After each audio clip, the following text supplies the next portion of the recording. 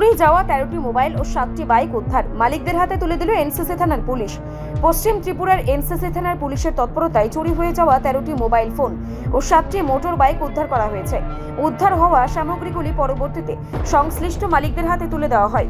এই প্রসঙ্গে সাংবাদিকদের পশ্চিম ত্রিপুরার পুলিশ সুপার নমিত পাঠক জানান, সাম্প্রতিক সময়ে শহর ও আশেপাশের এলাকায় মোবাইল ও বাইক চুরির একাধিক অভিযোগ দায়ের হয়েছিল।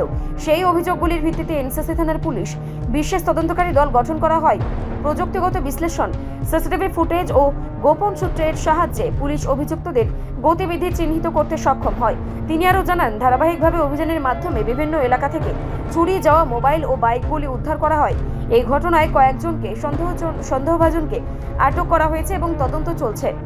চুরি চক্রের সঙ্গে আরো কেউ যুক্ত রয়েছে কিনা তা খতিয়ে দেখা হচ্ছে বলেও জানান পুলিশ সুপার নমিত পাঠক। বলেন, নাগরিকদের সহযোগিতা ছাড়া এই সাফল্য সম্ভব হতো না।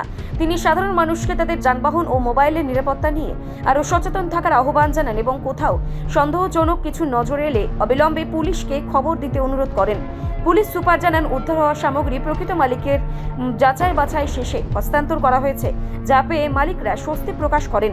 তিনি আশ্বাস দেন, আইন শৃঙ্খলা রক্ষায় পুলিশ আরও সক্রিয় ভূমিকা পালন করবে এবং অপরাধ দমন নিয়মিত অভিযান অব্যাহত থাকবে।